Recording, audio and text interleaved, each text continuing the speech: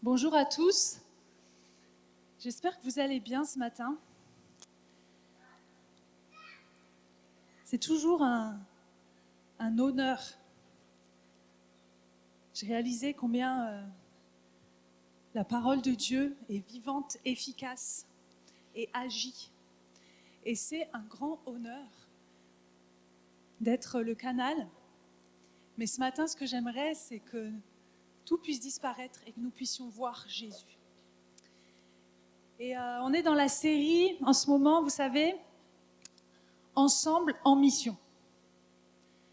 Est-ce qu'on peut se tourner vers son voisin et lui rappeler, rappelle-toi, on est ensemble en mission.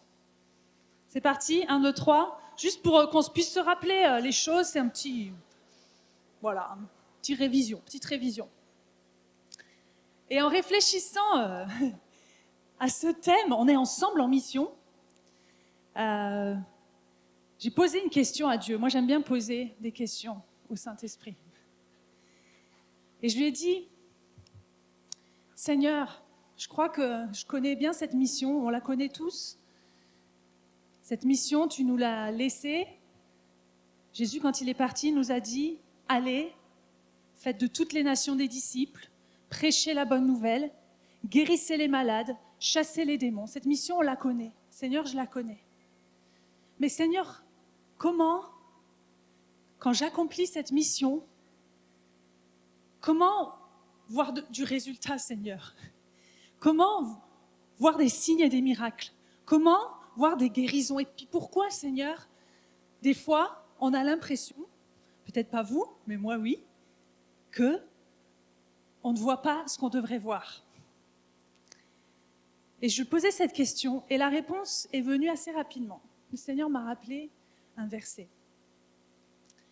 Il m'a rappelé ce verset qui dit « Voici les signes qui accompagneront ceux qui auront cru. » Et dans mon esprit, c'est comme si le mot « cru » était en très très grand par rapport au reste du texte. Et je crois que le Seigneur, ce matin, veut insister sur la nécessité de croire.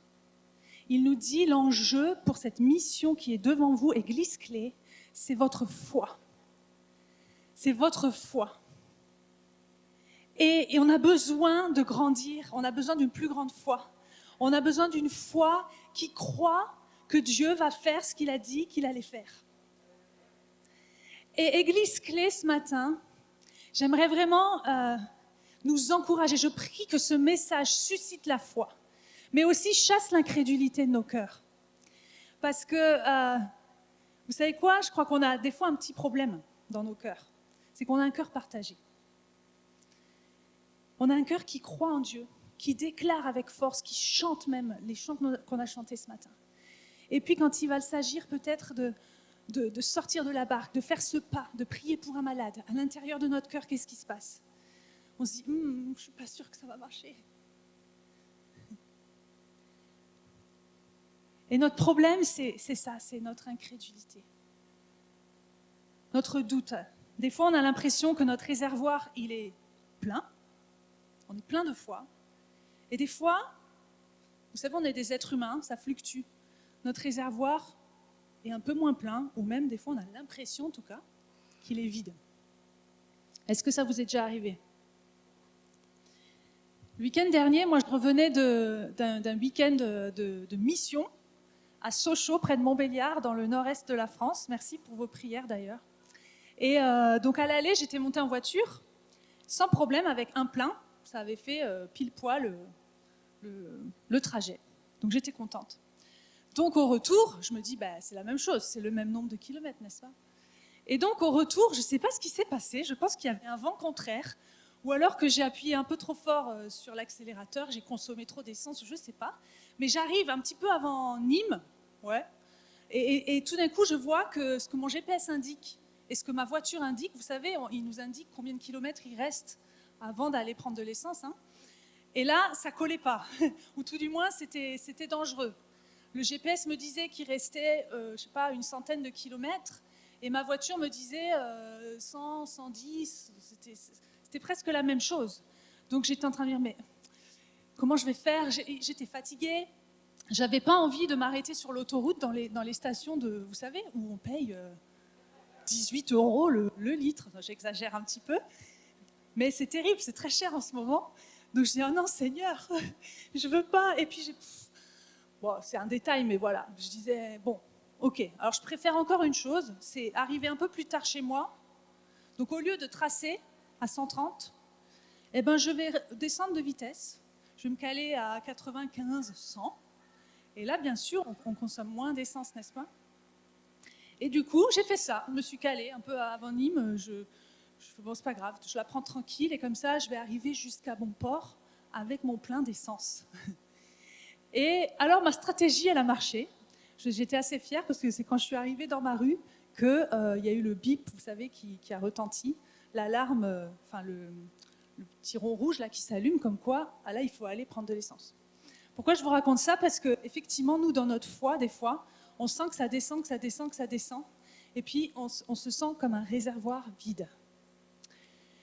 Et vous savez, le peuple d'Israël aussi s'est retrouvé dans une situation similaire, à sec, de foi.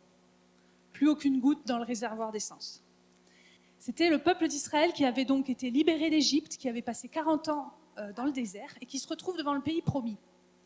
Et là, Moïse dit à 12 espions, on trouve cette histoire dans Nombre 13, il dit, allez explorer le pays, allez voir un peu de quoi il s'agit, comment on peut le conquérir, etc. Et donc les 12 espions vont voir ce pays et reviennent. Et il nous est dit que quand ils revinrent et qu'ils parlèrent à Moïse et à Aaron, sur les 12 espions, il y en avait 10 qui ont dit, oui, ce pays est magnifique, c'est le pays où coule le lait et le miel, c'est extraordinaire, mais seulement, il y a des choses qui vont être très difficiles. Il y a des villes fortifiées, il y a des personnes qui sont tellement grandes que c'est presque des géants, donc franchement, c'est impossible. Et il y a seulement 2 espions qui ont dit, on peut y arriver. Et la différence entre les 10 espions qui n'y croyaient pas et les 2 espions qui ont dit, mais si, ils ont vu la même chose, ils ont eu les mêmes circonstances. Et nous, des fois aussi, vous savez, on se demande pourquoi moi, j'ai mon réservoir vide, je vis les mêmes circonstances que mon frère à côté, puis mon frère, lui, il y croit, mais moi, j'arrive pas à y croire. Et les espions étaient comme ça. Et nous aussi, des fois, on est incrédules, comme les 10 espions qui ont dit, on va pas y arriver. Et ce matin, j'aimerais qu'ensemble, on laisse l'Esprit de Dieu chasser et combattre notre incrédulité. Pourquoi? Parce que c'est une nécessité pour chacun d'entre nous. La Bible dit le juste vivra par la foi. Le juste, le justifié, celui qui a été pardonné, celui qui appartient à Dieu, vivra par la foi. Donc si tu ne vis pas par la foi, tu ne peux pas vraiment vivre. Pourquoi? Parce que le juste vivra par la foi. C'est la seule manière de vraiment vivre notre vie. Et c'est terrible cette incrédulité parce que même Jésus y a été confronté. Jésus, partout où il allait, il prêchait, guérissait les malades, il faisait des choses extraordinaires. Mais la Bible nous relate dans Marc 6 qu'à un moment, quand il est retourné dans sa ville natale de Nazareth, il a été confronté à quelque chose de surprenant. La Bible dit même qu'il a été surpris, Jésus. Il a fait exactement la même chose qu'il faisait tout le temps, c'est-à-dire il a été dans la synagogue, il a enseigné avec autorité, avec force.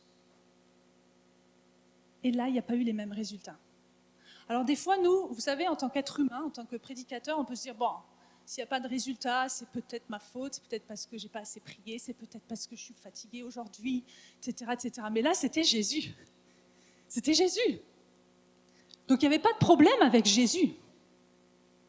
Mais qu'est-ce qui s'est passé? C'est que les gens de son village, ils l'ont reconnu. Et donc, ils étaient quand même étonnés par son autorité, mais ils se disaient, mais attends, mais je le connais. C'est le fils de Joseph le charpentier. Et puis, je connais ses frères, je connais ses sœurs. Attends, c'est pas possible. Donc, en fait, à la fois, ils étaient étonnés par l'enseignement, mais tout de suite, ils avaient donné leur propre réponse. Et c'est ça l'incrédulité des fois, c'est de dire avant même que la chose arrive, que de toute façon, c'est pas possible. Et c'est terrible parce que Jésus, il nous est dit, n'a pas pu accomplir de miracles, mis à part quelques malades auxquels il a imposé les mains. Mais pour lui, c'était presque un résultat pas bon, quoi. Et ce matin, je pense que vous serez d'accord de dire avec moi qu'on a tellement besoin de foi. On a besoin de foi. Et je crois qu'on est comme ces disciples, vous savez, qui ont dit au Seigneur, « Seigneur, augmente notre foi. Augmente notre foi. » On va lire ensemble dans Luc 17, verset 5, justement ce passage, où les apôtres ont dit au Seigneur, « Augmente notre foi. » Et le Seigneur leur dit, « Si vous aviez de la foi comme une graine de moutarde, vous diriez à ce mûrier, « Déracine-toi et va te planter dans la mer, et il vous obéirait. »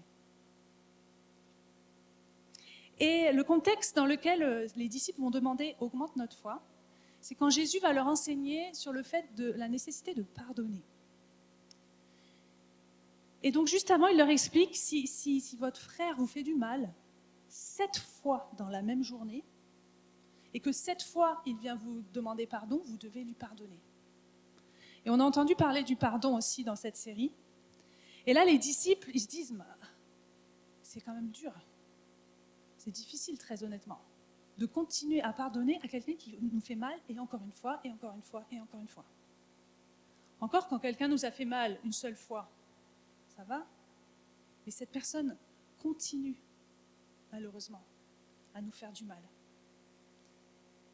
Et là, les disciples, comme un cri du cœur, ils disent « mais c'est pas possible, augmente notre foi, Seigneur Jésus. » Et Jésus va leur répondre, et j'aime sa réponse, j'aime comment Jésus, à chaque fois on a l'impression qu'il répond un peu, pas à côté, mais il s'en va sur un autre chemin, et il en profite pour enseigner. Parce que Jésus, il est le maître de tout, et il sait exactement ce qu'on a besoin d'entendre. Et des fois, nos questions sont peut-être mal dirigées, mais lui, dans sa grâce, il nous donne la vérité. Et qu'est-ce qu'il fait là avec ses disciples, et il veut le faire avec nous ce matin. Il dit un peu l'inverse de ce que les disciples demandent.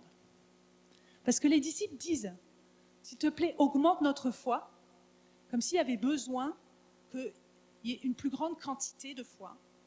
Mais Jésus va leur dire, non, avec seulement une toute petite foi, vous pouvez, par exemple, déraciner ce mûrier. Et j'imagine Jésus, il devait être dehors, il devait passer à côté d'un arbre qui s'appelle un mûrier. Et il prend tout de suite cet exemple en disant, vous voyez ce mûrier, les racines sont solides. Il nous est dit que, bon, j'ai fait un peu de recherche parce que moi je ne m'y connais pas bien en jardinage et en arbres, mais un mûrier, ça a des racines à la fois profondes mais à la fois aussi très longues qui s'étendent. Et puis c'est un arbre qui est très solide, qui peut avoir une longévité de plus de 600 ans. J'ai lu ça. Et donc Jésus voit ce mûrier, il dit, c'est pour nous dire que même quelque chose qui serait impossible à faire avec une toute petite foi, c'est possible.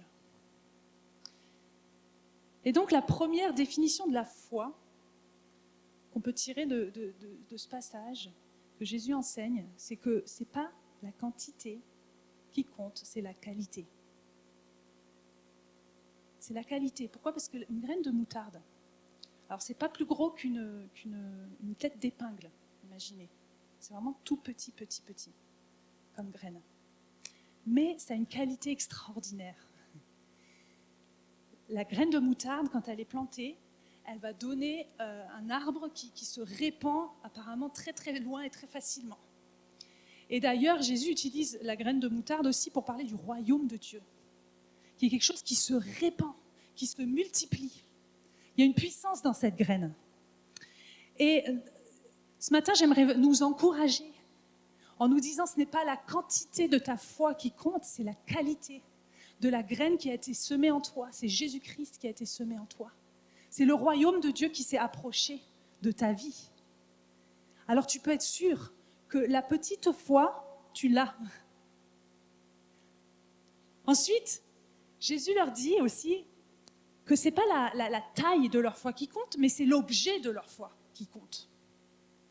Parce que souvent, vous savez, nous, on regarde à nous-mêmes, on se dit, moi, j'ai pas assez de foi. J'ai pas assez de foi, elle n'est pas assez grande, ma foi. Mais Jésus est en train de dire, arrête de regarder à toi et regarde à moi. Je suis l'objet de ta foi. En qui crois-tu ce matin? En ce Dieu tout-puissant qui est capable de tout. Amen. Et mieux vaut une petite foi en un grand Dieu qu'une grande foi en autre chose. Des fois, on se trompe d'objet. Des fois, on croit quelque chose, puis même on le déclare et on dit oh, ça va arriver, mais ce n'est pas Dieu qui a dit que ça allait arriver. Et des fois, voilà, on se trompe un petit peu. L'objet de notre foi, c'est Dieu. Donc, ma prière ce matin, et pour moi-même aussi, c'est Anne, arrête de regarder à ton manque de foi et regarde à la suffisance de ton Dieu. Vous savez, c'est comme si en hiver, dans les pays nordiques, là, ils aiment bien sortir pour aller faire du patin à glace sur des lacs gelés.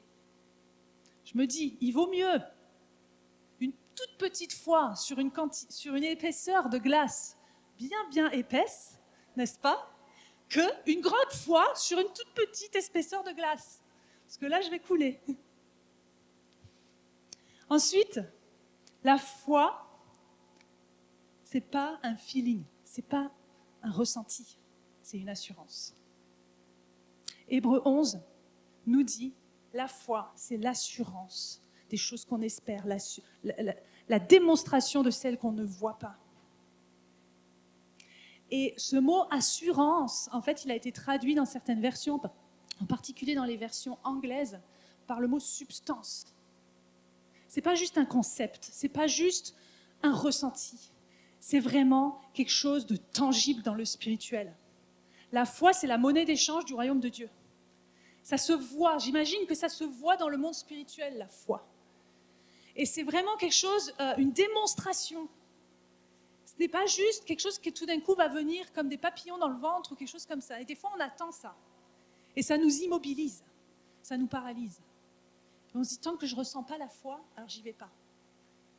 Et je crois que le Seigneur veut nous dire, mes enfants, arrêtez de vouloir ressentir la foi, mais commencez à agir. Pourquoi ? Parce que ce n'est pas un ressenti, c'est une action, la foi. Et dans le chapitre de Hébreux 11, justement, qui est le chapitre des héros de la foi, c'est extraordinaire, je le relisais cette semaine. Et pour chaque personnage qui est décrit, des hommes, des femmes de Dieu qui ont eu foi en Dieu, il nous est dit, par exemple, que Noé, il a fait quoi ? Il a construit. Abraham, il est parti. Moïse, il a traversé la mer Rouge. David, il a fait tourner sa fronde. Josué, il a marché autour de Jéricho. Et dans tous ces récits, qu'est-ce qu'on voit ? On voit que la foi, elle est active. La foi est un verbe. La foi est une action. Et la foi, ce n'est pas juste quelque chose que vous avez, c'est quelque chose que vous faites. La foi, ce n'est pas juste quelque chose que vous avez, c'est quelque chose que vous faites. Et j'aimerais vous raconter un témoignage parce que moi, pendant longtemps, j'attendais de ressentir plus de foi. Puis j'enviais les hommes et les femmes de Dieu remplis de foi. J'ai dit, Seigneur, tombe sur moi, remplis-moi de foi. Et comme ça, vous voyez, un petit peu. Et puis, il y a environ 5-6 ans, un ami pasteur a prié pour moi, puis il a prophétisé en disant, je vois du feu dans tes mains et je vois plein de béquilles autour de toi. Et je veux vraiment te dire de la part de Dieu que Dieu veut t'utiliser dans la prière pour les malades et la guérison. Et moi, dans mon cœur, c'était quelque chose que j'avais absolument jamais pratiqué. Et puis même, je vous l'avoue, ça reste entre nous, que ça ne m'attirait pas du tout. Parce que je pense que j'avais peur du résultat. J'étais trop dirigée par mes peurs que par la foi. Mais je suis quelqu'un qui aime obéir à Dieu. Et je sais que c'est tellement important. Et quand j'ai reçu cette parole, quelques semaines après, j'ai commencé à obéir, sans le feeling à l'intérieur. Pas facile, hein? Sans forcément le feu qui tombe sur moi. Ou, vous savez, cette présence de Dieu qu'on ressent des fois, même corporellement. Mais Dieu, quand il nous dit « allez et guérissez les malades, allez, faites des disciples », il n'a pas dit seulement dans les moments où vous le ressentirez, où vous sentirez vraiment que je suis là. Et quelques semaines après, il s'avère que je devais partir à Madagascar pour aller voir une amie missionnaire à moi là-bas. Et donc c'était un voyage un peu de découverte de la mission. Et chaque jour, on allait, parce qu'elle travaillait avec les enfants malgaches, dans une région très pauvre du pays. Et donc on allait auprès des enfants, c'était très touchant. Puis moi j'étais travaillée sur le fait qu'avec si peu de confort, il y avait une joie qui était là. Bref, donc j'étais travaillée. Et puis dans les 15 jours on était là-bas, il y avait une journée au milieu du séjour où les missionnaires sur place nous avaient prévu une journée off, une journée de congé. Et donc c'était pour découvrir, on devait aller visiter un parc animalier, etc. Et le matin de ce jour-là arrive, et donc il faut savoir qu'on était logés dans une maison en dur où il n'y avait pas d'eau chaude, il y avait de l'eau froide mais qui des fois était coupée. Et des fois, donc on avait une tactique aussi parce qu'il y avait une douche, mais la douche, il n'y avait pas assez de pression. Là, je vous donne envie de partir en mission. Et donc la douche, comment on devait prendre notre douche? C'est que ça goûtait goutte à goutte dans un seau qui se remplissait au fur et à mesure. Et puis donc on prenait la douche au seau. Donc on était dans une vraie douche, mais bon, de toute façon, dans le pommeau de douche, il n'y avait pas assez de pression. Et donc on prenait de l'eau comme ça, et puis on faisait la douche. C'était excellent. Et donc moi, ce matin-là, j'étais en train de galérer à prendre ma douche. Et donc j'entends mon ami missionnaire qui toque à la porte et qui dit « Anne, il y a un problème. » Il y a une autre missionnaire qui était là aussi, qui était complètement clouée au lit avec une migraine terrible. Et alors, je ne sais pas si vous avez déjà été sujet à des migraines. Les migraines, vous savez, qui vous clouent au lit et il faut être dans le noir pendant plusieurs jours. Tellement c'est terrible et la personne ne peut même pas se lever. Et apparemment, cette sœur qui était en mission là-bas à Madagascar, depuis des années, régulièrement, elle avait des crises de migraine comme ça. Et puis, elle avait choisi le jour de congé pour... Et donc, j'étais embêtée. Au début, très humainement, je fais « Ah mince, du coup, ça va annuler nos plans. » Je vous avoue tout ce matin. Mais mon amie missionnaire, qui est bien plus spirituelle que moi, elle me dit « Mais Anne, ce que tu m'as raconté, là, qui s'est passé pour toi, moi, je crois qu'il faut que tu ailles prier pour elle maintenant. » Elle me dit ça au travers de la porte, quoi. Et là, je fais « Bon, d'accord. » Alors, je finis vite ma douche, etc. Et puis, dans mon cœur, je sentais rien, très honnêtement. Mais j'ai dit « Ok, Seigneur, j'y vais. » Donc, je suis sortie, j'étais dans la chambre, je me suis assise sur le bord du lit. Et puis là, elle était vraiment, vraiment mal. Et puis, je commence à prier, à mettre ma main sur son front.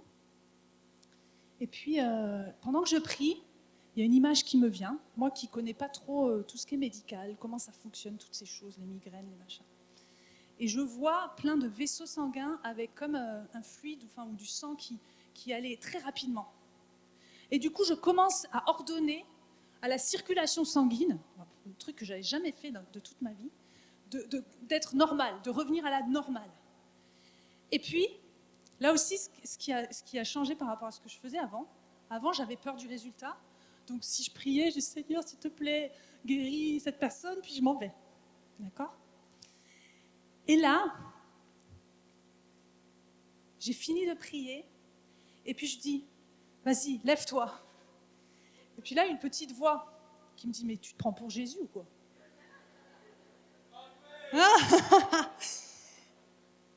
Et parce qu'en fait, je me dis, mais quand même, c'est Jésus, il disait, lève-toi et marche, etc. Et j'ai osé dire, assis-toi, lève-toi. Et je crois, je ne sais pas quand ça s'est passé ou quoi, mais au moment où elle s'est levée, il y a quelque chose qui s'est passé aussi. Et en fait, elle s'est assise, et puis puis moi, j'étais là, j'attendais. Et puis, elle commence à faire avec sa tête comme ça, à relever, puis à tourner, comme pour tester, parce qu'apparemment, c'est des mouvements qui font très mal ou qui sont impossibles à faire quand on a une vraie migraine. Et elle fait ce mouvement de tête, et ensuite, elle se tourne vers moi, et là, je vois les larmes remplir ses yeux, et elle fait « c'est parti », comme ça, en pleurant. Et puis alors là, vient sur moi comme une vague de joie et de louange pour Dieu. Et on a commencé à chanter, à louer Dieu, à prier pendant je ne sais pas combien de temps dans cette chambre à Madagascar. Parce que Dieu a guéri son enfant. Et depuis, elle n'a plus de migraine. Et des fois, elle me dit, tu sais, là, j'ai eu comme un petit début qui revenait, là. Mais non. Je sais que j'ai été guérie ce jour-là où tu étais venue à Madagascar. Et c'est ça la foi aussi. Et pourquoi je vous dis ça? Pour donner gloire à Dieu qui guérit encore aujourd'hui, mais aussi pour vous dire, très honnêtement, et à ma plus grande honte finalement, moi dans mon cœur, c'était peut-être pas le réservoir plein de foi. Par contre, c'était l'obéissance, de faire ce pas et de croire avec le peu que j'avais. Et on n'a pas besoin de plus de foi, on a besoin de commencer à agir avec la foi qu'on a. Et vous savez, on a le choix. On a le choix d'obéir soit à nos peurs, soit aussi à ce qu'on a vécu, parce que si on est chrétien depuis des années, peut-être une fois on a prié pour quelqu'un, et ça m'est arrivé aussi, où j'ai prié et le malade n'a pas été guéri. Est-ce que je choisis de croire le résultat que j'ai vu dans le monde visible, ou est-ce que je choisis de croire ce que Dieu dit dans sa parole? Il y a un choix qui est devant nous, entre ces deux alternatives. Il y a cette histoire cette légende des deux loups. C'est pas dans la Bible, mais je l'ai trouvée intéressante. C'est l'histoire d'un grand-père indien qui raconte une histoire à son petit-fils. Et il lui dit, tu sais, mon petit-fils, en nous, il y a deux loups. Il y a un loup qui représente tout ce qui est mauvais, la méchanceté, la jalousie, la colère, tout ça. Et puis il y a un loup qui est gentil, qui est la paix, la joie, le pardon, la douceur. Il y a ces deux loups en nous, mon petit-fils. Et le petit-fils lui répond, mais grand-père, c'est lequel qui gagne à la fin? Et le grand-père lui répond, celui qui gagne, c'est celui que tu vas nourrir. Et mes amis, ce matin, il est urgent pour la mission que Dieu nous donne de nourrir uniquement la foi en nous. De la nourrir et de la nourrir. Et comment nourrir cette foi? J'aimerais maintenant qu'on s'attarde sur comment dans la pratique de notre vie chrétienne nourrir notre foi, comment la renforcer, comment avoir plus de foi. C'est très simple. La Bible nous donne la solution. Comment nourrir notre foi? C'est en nous emparant de la parole de Dieu. Parce que la foi vient de ce qu'on entend, et ce qu'on entend vient de la parole de Dieu. Romains 10, 17. Et souvent, nous, ce qu'on entend, vous savez, c'est plus notre propre voix. La personne qui va le plus vous parler dans votre vie, j'avais entendu ça une fois, c'est pas de moi. La personne qui va vous parler le plus dans votre vie, c'est qui? C'est nous-mêmes. Et nous devons apprendre à entendre plus la voix de Dieu que notre propre voix. Nous devons apprendre à nous emparer de la parole de Dieu. Alors là, j'ai une version pas très grande, mais est verte, couleur de l'espoir. Mais c'est pour nous démontrer que cette parole de Dieu, il faut que nous la prenions dans notre main spirituellement. Il faut que nous nous en emparions. Et pour ça, il y a plusieurs choses que nous devons faire avec la parole de Dieu. On va utiliser la main pour s'en souvenir. C'est une astuce de Rick Warren que j'ai beaucoup aimée et que j'applique dans ma vie. La parole de Dieu, le petit doigt représente le fait de l'entendre. Mais l'entendre, c'est pas suffisant, n'est-ce pas, si on fait que l'entendre. Si on imagine que, bon, alors je viens à l'église le dimanche matin, j'entends la parole de Dieu, ça me fait du bien, ça rebooste ma foi, mais c'est la seule manière dont la Bible est utilisée dans ma vie. C'est un peu comme si, vous saviez, on allait manger à un buffet,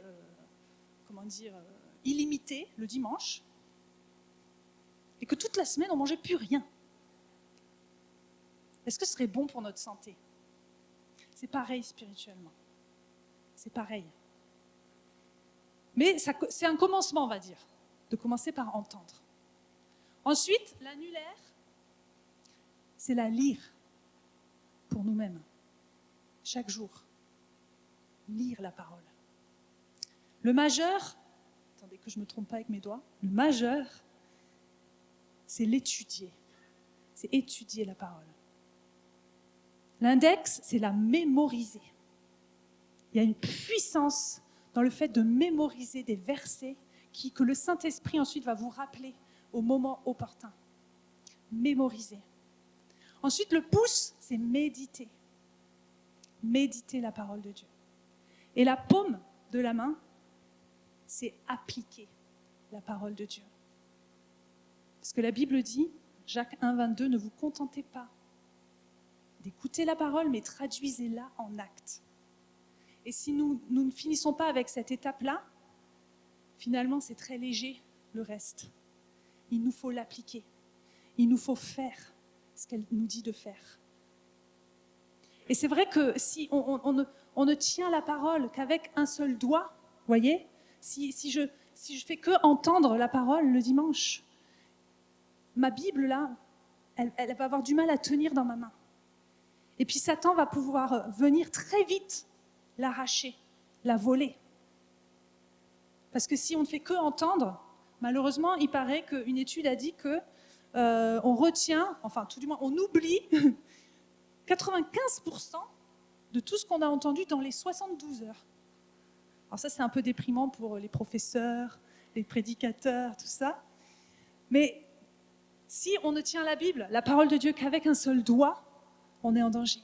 Par contre, si on lit, si on étudie, si on médite, si on mémorise, si on applique, alors là, on tient la parole de Dieu, on s'empare de la parole de Dieu et le diable ne peut rien faire.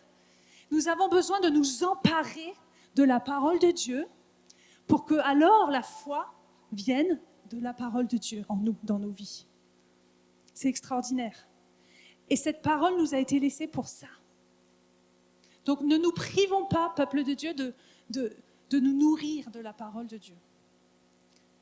Parce que notre foi va grandir, plus on va la lire, plus on va la méditer, plus on va l'appliquer. Amen. Deuxième manière de nourrir notre foi, c'est en s'entourant de gens de foi. Oh là là, c'est contagieux la foi. C'est contagieux. Bon, l'incrédulité est contagieuse aussi en fait. Regardez un peu les espions qui sont revenus. Il nous est dit que 10 espions ont pu convaincre 2 millions de personnes. Le peuple d'Israël était très nombreux. Et ils ont convaincu le peuple et le peuple était tout découragé. Ils ont dit on va retourner en Égypte. C'est incroyable quand même. Donc entourons-nous, écoutons des gens de foi. Plaçons-nous à côté de personnes qui disent moi je crois. Moi je crois pour moi et je crois pour toi et viens avec moi, on y va. Allez viens, on y va. Un peu comme mon ami missionnaire a dit Anne, tu vas aller prier pour mon ami missionnaire. Entourons-nous de gens de foi. Ensuite, troisième manière de nourrir notre foi, on le voit dans Hébreux 12. À la fin de ce verset, ce chapitre sur la foi, donc tout le chapitre 11 de Hébreux, nous dit voilà tout ce que ces hommes et ces femmes de foi ont fait. On arrive à la conclusion, donc le premier verset du chapitre 12, Hébreux 12, versets 1 et 2, qui nous dit ceci. Nous donc aussi, puisque nous sommes environnés d'une si grande nuée de témoins, rejetons tout fardeau et le péché qui nous environne. Je dirais que dans notre contexte, le péché, c'est l'incrédulité, qui nous environne si facilement et courons avec persévérance l'épreuve qui nous est proposée, les yeux fixés sur Jésus, qui est l'auteur de la foi et qui la mène à la perfection.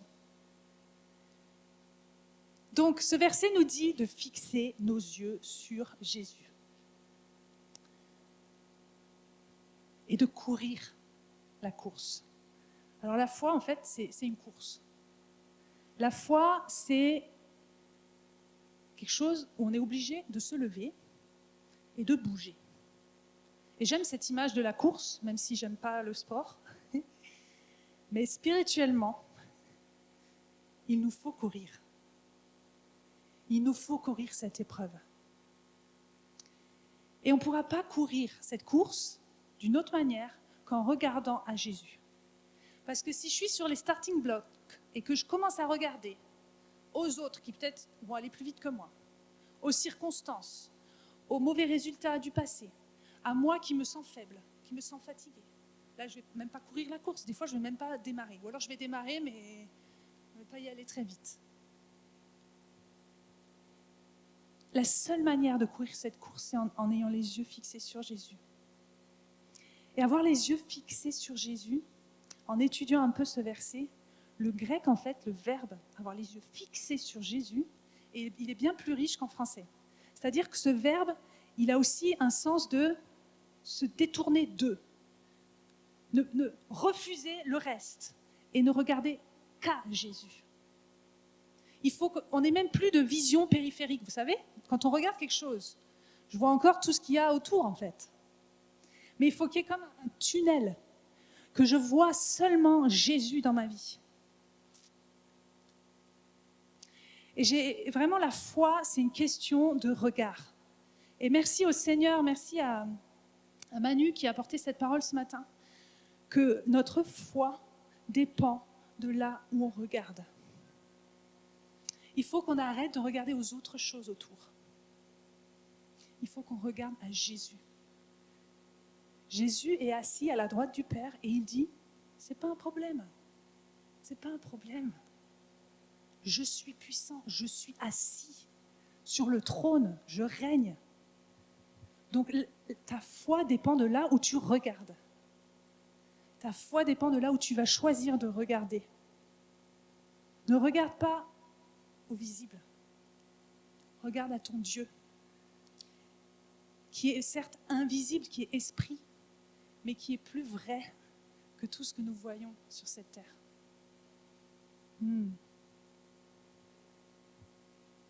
La foi, c'est la démonstration des choses qu'on ne voit pas. Mais en fait, la foi, c'est on voit dans le spirituel. La foi, c'est vraiment une question de vision spirituelle. Et si on regarde à Jésus, alors on voit que tout est possible en lui. On voit qu'il est puissant, on voit qu'il est ressuscité, on voit qu'il est mort pour nos péchés, on voit qu'il a tout accompli déjà. Il a dit, par mes meurtrissures, vous êtes guéris. On regarde à cette réalité. Jésus est l'auteur de notre foi, nous dit ce verset aussi. J'aime cette expression. Il est l'auteur de notre foi et il est celui qui l'amène à la perfection. Donc non seulement il nous a donné la foi salvatrice, le jour où nous avons décidé de le suivre, où nous avons décidé de mettre notre foi en lui, la Bible nous dit qu'en fait la foi, elle nous vient de lui. Mais il est aussi celui qui continue chaque jour à nous donner la foi et à l'accomplir. Il achève l'œuvre qu'il a commencée. Et j'aimerais vraiment nous encourager en tant qu'Église ensemble. Ça fait peut-être plusieurs années qu'on existe, ça fait plusieurs années que la ville de Montpellier sait qu'on est là. Et nous devons continuer à avoir foi, nous devons continuer à croire, nous devons continuer à savoir que Jésus nous a placés ici pour briller, pour accomplir une mission, et que ce n'est pas fini, et qu'il va l'achever avec nous. Et la foi qu'il nous donne, c'est pour cette mission. Ce n'est pas juste pour nous réconforter, nous, dans notre vie personnelle. C'est pour nos voisins, c'est pour cette ville, c'est pour ce monde qui se perd. Et si nous croyons vraiment, alors le monde va être étonné. Le monde va être étonné en voyant que, ah mais tu crois vraiment en ce Dieu. Il est extraordinaire. Nous devons regarder à Jésus. Et dans ce verset aussi d'Hébreux 12, on voit aussi que la course qu'on doit courir, elle est décrite comme une épreuve. Et là, c'est une moins bonne nouvelle, c'est que la foi, c'est une épreuve. Le mot épreuve, c'est agona, qui veut dire un conflit, quelque chose de difficile, un effort, une lutte. Et la foi, dans notre vie, va être un combat. D'ailleurs, Paul va dire combat, le combat de la foi. La foi, c'est un combat. Et ne te décourage pas si tu es dans une saison où tu dois combattre pour croire. Continue le bon combat de la foi. Ça vaut le coup. Et pourquoi c'est une bonne nouvelle? Parce que quand on combat, notre foi, elle grandit en fait. C'est comme un muscle. Un muscle, s'il est au repos, il ne se fortifie pas. Mais un muscle, s'il est étiré, s'il est en mouvement, et si même il y a de la résistance. Alors, j'ai jamais pratiqué ça, mais dans les salles de sport, il me semble qu'on met des poids de plus en plus lourds, n'est-ce pas, pour fortifier nos muscles. Ceux qui me connaissent rigolent, là, parce qu'ils savent que l'illustration est absolument pas de ma propre vie. Mais voyez l'image, que s'il y a du poids, s'il y a de la résistance, si c'est difficile, il y a quelque chose qui est en train de se passer dans le muscle. Le muscle, il est en train de se fortifier. Et Jacques 1, verset 3 dit « La mise à l'épreuve de votre foi » ou le test même de votre foi. Dieu veut fortifier notre foi ce matin et la manière dont il le fait, c'est en la testant, en l'étirant. Comment il le fait des fois? Ça va être par des délais, par des retards, ce qui nous semble être des retards, ou le fait que Dieu n'a pas encore répondu à ma prière. Et ce qui se passe pendant l'attente, c'est qu'il y a un combat. Est-ce que tu vas choisir de baisser les bras ou est-ce que tu vas choisir de croire encore? Crois, continue de croire. J'aimerais vraiment encourager quelqu'un ce matin. Si tu n'as pas encore vu ton exaucement, en fait, ta foi, elle est en train de grandir pendant l'attente. Continue à croire pour ta fille. Continue à croire pour ton mari. Continue à croire pour ton travail. Continue à croire pour tes voisins qui ne connaissent pas encore Jésus. Continue à croire. Quand la foi est éprouvée, quand la foi est testée, il y a quelque chose qui se fortifie à l'intérieur. Et vraiment, mes amis, Église Clé, il y a un enjeu. Qu'ensemble, notre foi grandisse. Qu'ensemble, on soit un peuple qui, pas juste du bout des lèvres, déclare certaines choses, mais qui agit aussi en fonction. Et qui continue à croire, même devant les circonstances. Alléluia. Donc acceptons ce matin aussi que notre foi soit étirée, soit testée. Et regardons à Jésus. J'aimerais vraiment qu'on puisse entendre Dieu lui-même qui nous dit « Ma fille, mon fils, crois en moi s'il te plaît. Crois en moi. Crois en moi. Arrête de regarder à toi et regarde à moi. »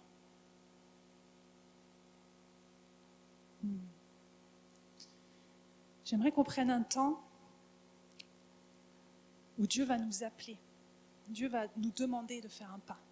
Est-ce que je peux demander à peut-être les musiciens de remonter? Alléluia.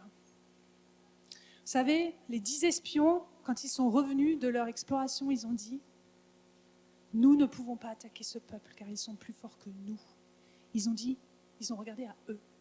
Ils ont dit « nous ». Par contre, Caleb et Josué, ils ont dit quoi? Ils ont dit « Si l'Éternel le veut bien, il nous conduira dans ce pays et il nous le donnera. » Il faut que notre langage change. Il faut qu'on arrête de dire « moi, je, nous ». Il faut qu'on dise « il est puissant ». Il faut qu'on dise « il est grand ». Il faut qu'on dise « il est capable ».